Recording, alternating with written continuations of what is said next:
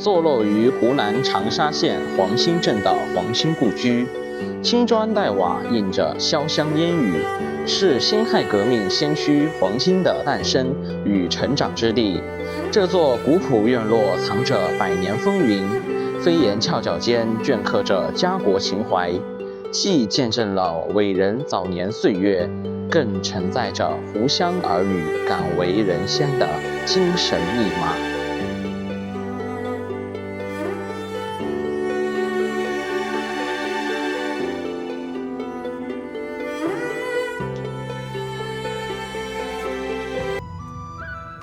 这座黄兴故居是一座建于清同治元年（公元1862年）的泥砖青瓦平房。它以其独特的江南庄园风格吸引着无数的游客前来观赏。这栋平房见证了中国近代资产阶级革命家黄兴的出生与成长。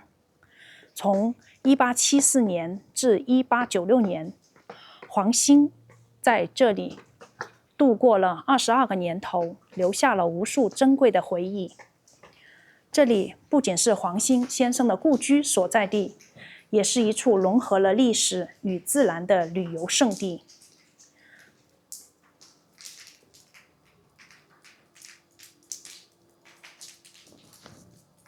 读万卷书，行万里路。嗨，大家好，我是天福。今天我们探访的这座古居的主人呐，可非常的不一般。他为了推翻清王朝的统治，为了废除封建专制，不惜变卖家产，只为民族振兴、国家富强。他就是与孙中山并称孙黄的黄兴先生。人总有一死，或重于泰山，或轻于鸿毛。而我们的黄兴先生呢，他对中国近现代做的贡献呢，早已重于泰山。那么，到底是怎样的一位传奇人物，能够让中国近现代的改革路程发生如此翻天覆地的改变呢？现在就跟着我们一起走进黄兴先生的故居，去看看黄兴先生以前从小长大生活过的地方。我现在来到了湖南省长沙县黄兴镇黄兴故居，我身后呢就是黄兴故居的正门口。大家看我左手边这块牌子，上面写着黄兴故居。然后呢，在这个大门口的两旁啊，有一副对联，这里写的是蒙庆寿福，这里写的是长乐永康。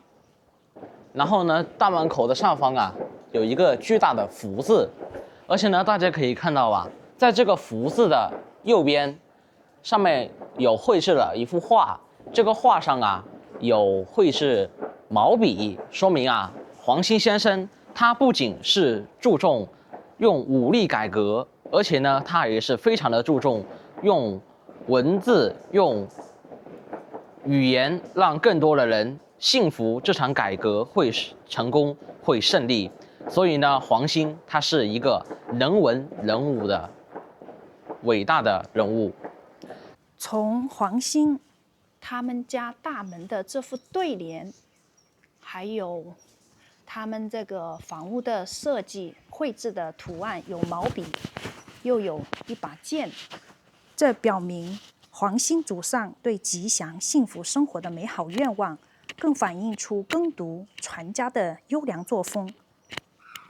然后呢，我们发现这面墙壁上有一个类似于扇子的图案，上面绘制了梅、兰、竹、菊，是花中四君子。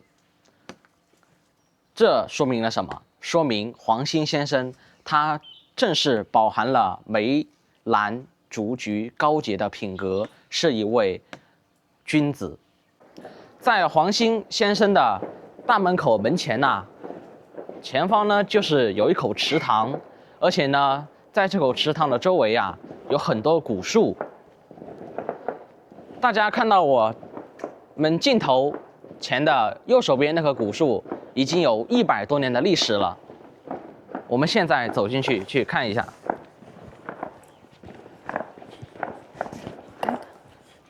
今天下雨了，路很湿滑。这棵古树呢，它是桂花树，有101年了。黄兴故居它始建于清同治元年。现在我们走进去，去看一下黄兴故居里面的概貌。这里呢，上面标注黄兴生平简表。1874年10月25日，诞生于湖南省上化，也就是现在的长沙县龙喜乡梁塘。到了1879年，他随父亲黄炳坤读《诗经》《论语》，学唐诗、宋词和习书法。1893年入长沙城南书院读书。在1902年的时候，官派留学日本，入东京弘文学院速成师范科，创办了游学一编杂志，宣传民族革命和民主思想。1903年在日本参加巨额义勇队，负责策动湖南、湖北、南京一带的反清革命活动。在长沙组织成立革命团体华兴会，被推举为会长。后面以孙中山倡建成立中国同盟会，被推举为执行部庶务，组织过平刘里大起义，领导青州、连州、上师和云南河口起义等等。1909年受孙中山委托，与胡汉民负责国内革命运动，参与抵制和揭露陶成章、张炳麟等分裂同盟会的活动，还发动过广州新军起义。现在在我们面前的就是一口典型的天井。大家看，在这个天井的正下方，这里摆放了2口缸，说明在天井的下方收集来的雨水都会流到缸里。所以古时候啊，人们将这种缸比喻成聚宝盆，因为雨水是上天赠予人类的财富，所以这口缸因此得名聚宝盆。然后古时候的人们呢，觉得雨水让它白白的流掉非常的可惜，会在下面种植绿植，或者是在这个底下开凿一个暗沟。那个暗沟呢，就可以通往院子门前的那口池塘，所以雨水收集流上池塘，可以用来养鱼。这是古代一种超前的建筑设计理念。江南的传统民居都会设置这样的天井，所谓四水归塘，肥水不流外人田，就是指的天井的作用。那么我们来到了黄兴家的堂屋。堂屋一般是用来祭祀先祖和招待重要贵客的地方。我们现在算是登堂入室了。这个堂屋看到有很多古色古香的家具，你像这些桌子啊、椅子啊，都是非常的精致。这个黄兴故居在1980年至1981年，故居进行过第1次修复，征集了28件珍贵家具和生活用品。这里精心布置在这个上堂屋内。黄兴故居它是对外免费开放，这里的停车也非常方便。现在我们先进入黄兴他以前生活过的房间，去感受一下他以前生活过的痕迹。我们进来啊，就会发现这里显得非常的温馨。在这里我们发现这里有一个烧水壶，这个看样子应该是用来洗脸的盆。这里应该是一个洗脸台。然后呢，大家看这个床上面的雕花呀，非常的精湛。以前古人的雕刻工艺啊，是非常的高超。在这个墙壁上面悬挂着黄兴夫人廖淡如的照片，然后还挂了一个黄兴的子女的合影。当时是黑白相机，从左到右分别是一欧、一中、一球。在这张照片中，我们了解到黄兴给女儿们的起名也是非常的特别，分别是振华、文华、德华，体现了他面向世界、振兴中华的宏大抱负。而且黄兴子女后来在各自人生的道路上，以不同的方式传承着家族精神和理念。据说黄兴是北宋大文豪黄庭坚的后代。在这个房间啊，我们可以看到这个紫檀博古柜呀，是非常的珍贵，它是一件宝贝呀。据说紫檀木长1寸得花100多年，10棵紫檀树里面只有1棵能够使用。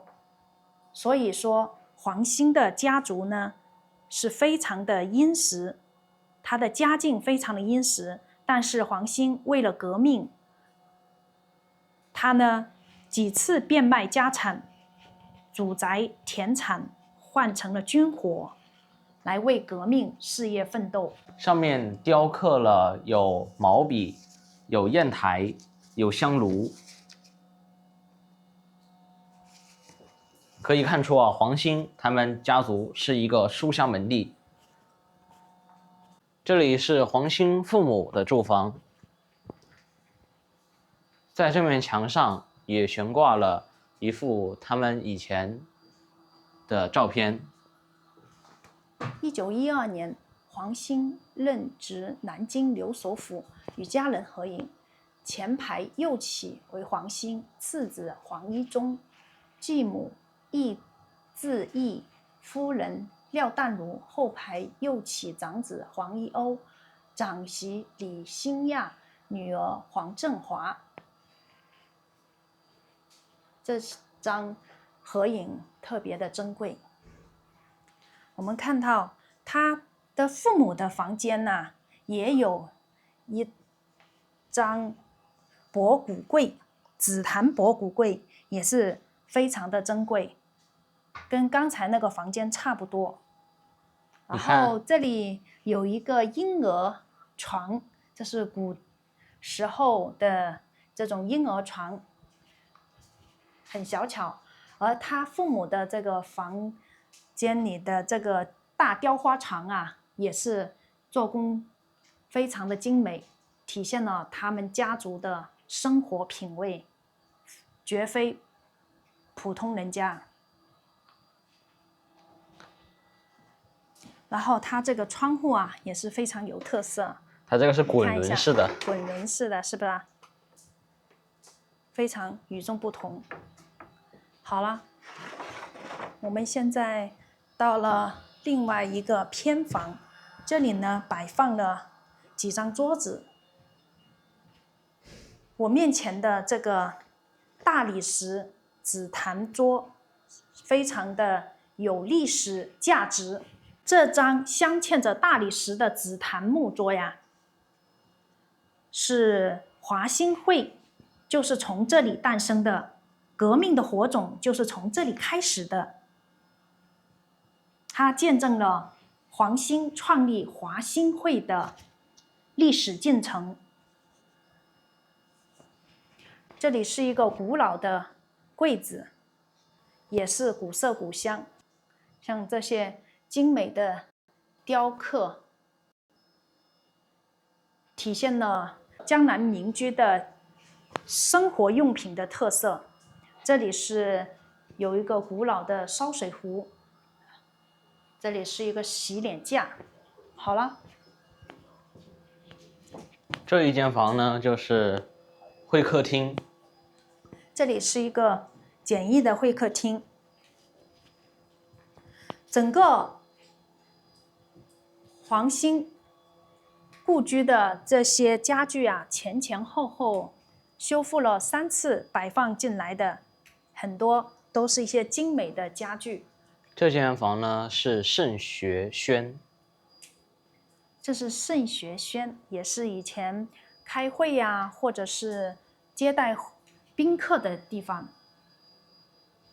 那么我们现在从这边走吧。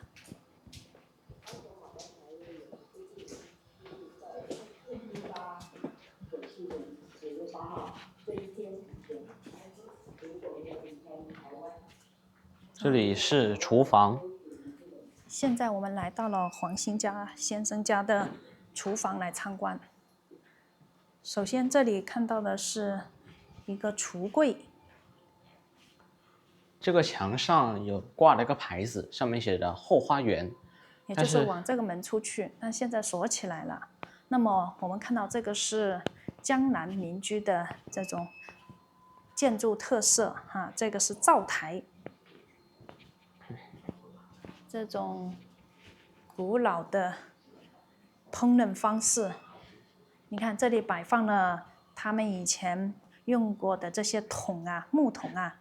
以前古代的人呢，他们都是用木头和竹子制作的一些家用工具，不像现在大部分是用的塑料做的。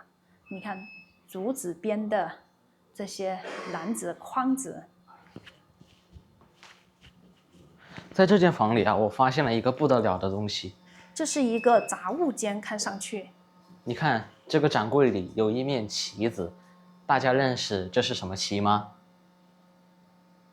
这个就是铁血18星旗，这是当时辛亥革命时期啊，湖北政府当时设计出来的一个旗帜，是专门用来宣告他们起义军的所用旗。铁血18星旗以红色为底，象征着热血，也是非常有历史纪念价值。现在在我们面前的这个雕像就是我们的黄兴先生。黄兴1874到1916，从这个雕塑的眼神，我都可以看出黄兴先生他有那坚韧不拔、想要奋起反抗的那种决心。在这面墙上是关于黄振华的一个介绍。黄兴的长女黄振华毕业于美国哥伦比亚大学，她曾担任大学教授、台湾教育部督学、立法院党部委员、常委员。如同父亲黄兴认为的，国家的富强在于民治，民治的增进在于教育。今日国与国争，有教育则为文明国，无教育则为野蛮国。野蛮必被征服于文明，故世界竞争之功利。这是黄兴对子女的教育家训。黄振华一生节俭，无儿无女，92岁离开台湾时还没有请保姆，但对教育的捐助非常的慷慨。这便是他对父亲笃实无我家训的最好传承。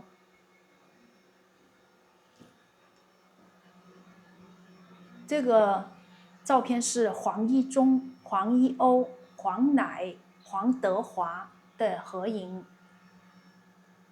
邓小平接见黄德华、薛君度夫妇。他的次女黄文华也践行着父亲家训。黄文华毕业于北京大学、美国哥伦比亚大学。他与先生黄文山是马来西亚共产党创建人，为共产主义事业奋斗一辈子，卒于1976年。黄兴三女黄德华同样践行着父亲家训。黄德华毕业于金陵大学、美国哥伦比亚大学。她嫁与薛君度，薛君度是辛亥革命研究专家、历史学家、国际问题专家以及杰出社会活动家。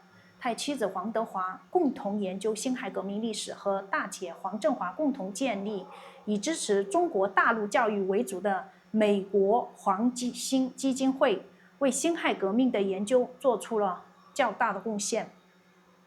黄一中是他的次子，与长兄黄一欧从事革命，自幼便随母亲廖淡如过着颠沛流离的生活。1928年，黄一中由日本京都帝国大学毕业，学成回国后，恰逢国民党各派势力争斗妥协，达成所谓宁汉合流。黄一中抱着继承父亲遗志、报效国家的雄心，大致投身于南京国民政府的工作。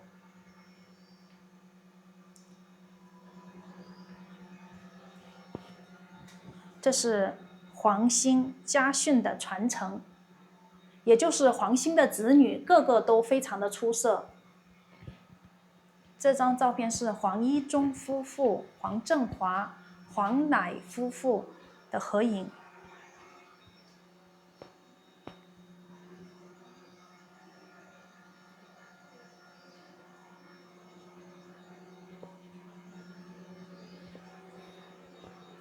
幼子黄乃是黄一、黄兴的遗父子，自幼受父亲和兄长的民主革命思想的影响，关心国家的前途和民族的命运，寻求真理，加入了中国共产党。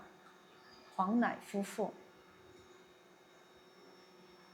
下面这张照片是黄一中、黄德华、黄振华、黄乃的合影。笃实无我贯穿黄兴的一生，他又把这样的家风家训言传身教于子女。这里是一个简易的会议室，也是摆放了一些实木家具。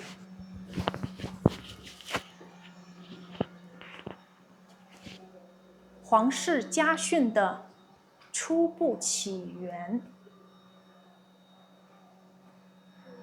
黄兴家族为上化金监黄氏一支，上化金监黄氏源于北宋大诗人、书法家黄庭坚。这里说的是黄兴的家族来自于北宋大文豪黄庭坚的后代，这是有历史根源的。所以黄氏家族黄兴他们从古至今都是书香门第。这里是黄一欧的介绍，黄兴书与黄一欧的家书，大家可以看一下。一欧爱儿努力杀贼，黄一欧在战场上接到父亲的来信，深受鼓舞，一马当先，奋勇杀敌，带领先锋队首先进攻，占领了天宝城，将功劳让给别人，仅留了几个炮弹筒，在上面刻下字做纪念。这个是黄一欧的生平事迹。黄一欧这类辛亥革命人物，以利用他们的威望和长期与各方人物的联系来统一中国。蒋介石为讨好黄一欧，特别批准黄一欧为检任一级，每月薪水680大洋，当时的1亩地才10块大洋。黄一欧却过得并不宽裕，蒋介石排挤一大批辛亥元老，这些为中国民主革命做出贡献的人生活困难，黄一欧经常拿自己的薪水帮助他们。这里体现了黄一欧即使自己非常的富裕，但是他仍然想要帮助其他的人，说明黄一欧他非常的善良，非常的同情和怜悯其他和他一样的辛亥革命者。慷慨解囊，帮助其他人，这是他的品格，体现了他的品格非常的高尚。这是对台交流基地交流活动展示厅。有63号法令让他可以自己立法，所以他就立了很多的恶法。现在我们来到了这个黄兴故居的劝学斋。以前这个地方啊，是黄兴小时候在这里学习《论语》的地方。这里有幅图画，是黄兴少年时期喜欢听老一辈人讲述英雄人物故事，从小就萌发了求知救国之志。图上是少年黄兴听乡间老辈讲太平天国的故事。黄兴他不仅从小就对革命事业萌生想法，而且呢，他日后还前往日本学习军事课程，为以后的武装起义打下了坚实的基础。在这个房间里啊，看到一幅画，这幅画描述的是小黄兴习武的场景，所以黄兴从小就是热爱武术，也就是体现了黄兴啊既能文也能武，为日后的革命武装冲锋陷阵打下了坚实的基础。这里是他们家里创办的私塾学校，所以他们家族以前呢是特别的殷实的一个家庭。他从小受到四书五经以及后面受到更加开化开智的教学理念。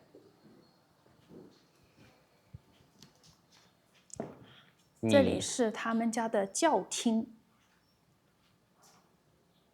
这是米仓，他们家的米仓。这里是古房，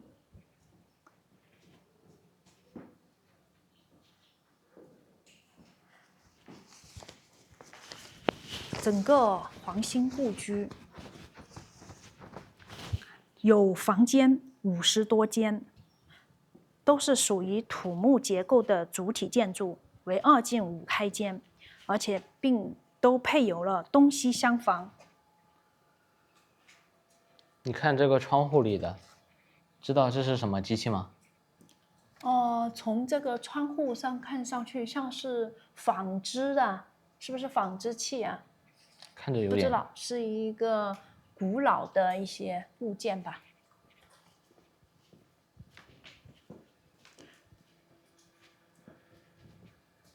我们现在来到了他们家女眷的房屋，大姐、四姐的住房。这是他们家姐妹的住房，也就是黄兴的姐妹。黄兴她有1个哥哥，4个姐姐。2姐和3姐的住房。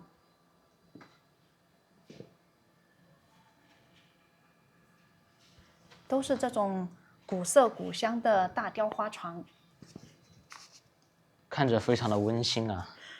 他们这样的家具啊，它不仅仅是一件家具，更是一件精致的艺术品，体现了当时工匠们的高超技艺和主人对生活美好的追求。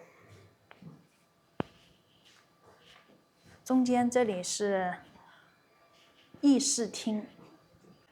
我们现在来到这个故居的正门右侧，这里有一个牛碾房。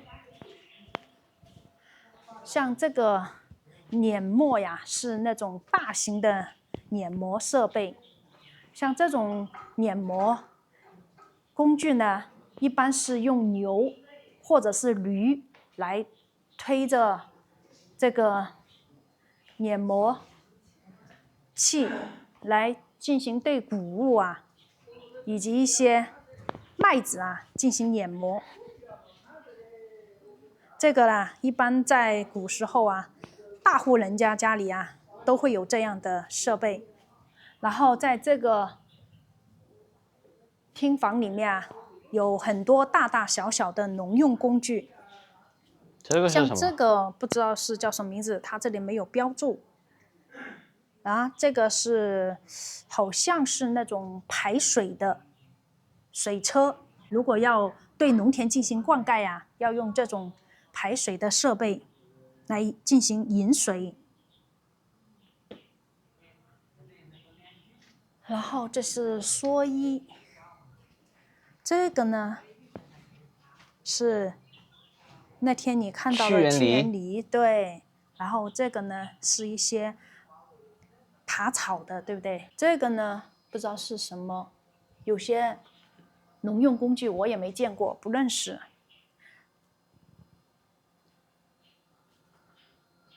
然后挂在上面的一些农用工具啊，很多都叫不出名字来。这个黄兴故居呢，今天我们就分享到这里了。我在这里发现有块牌子，上面写着后花园。哦，这边是他们家的后花园，不过现在呢已经做了一些规划了，翻新了。是的，这棵雪松有51年了。我们刚刚从黄兴故居那边过来，这里是他后花园的位置。这里当地政府修建了一栋湖南辛亥革命人物纪念馆。现在让我们进去参观，看一看里面有一些关于辛亥革命事件的历史记载。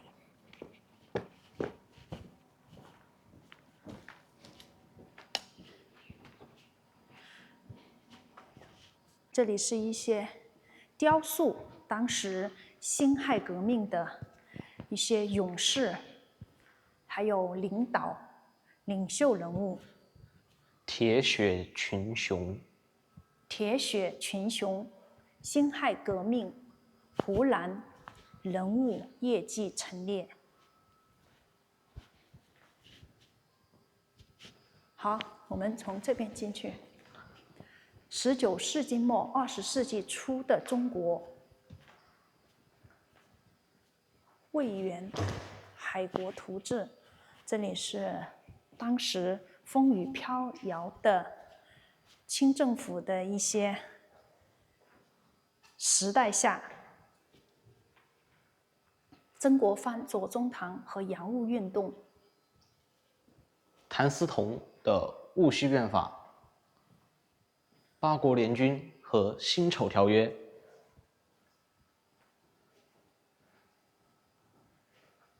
这里讲述的都是中国的近代史。是的。辛丑条约、马关条约、北京条约、南京条约。这是列强瓜分中国形势图。这是当时的报纸啊，法国画报，辛亥革命时期的法国画报。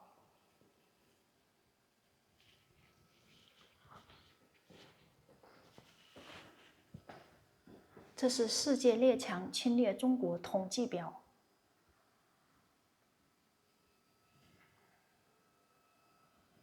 然后是签约的很多不平等条约，割地赔款。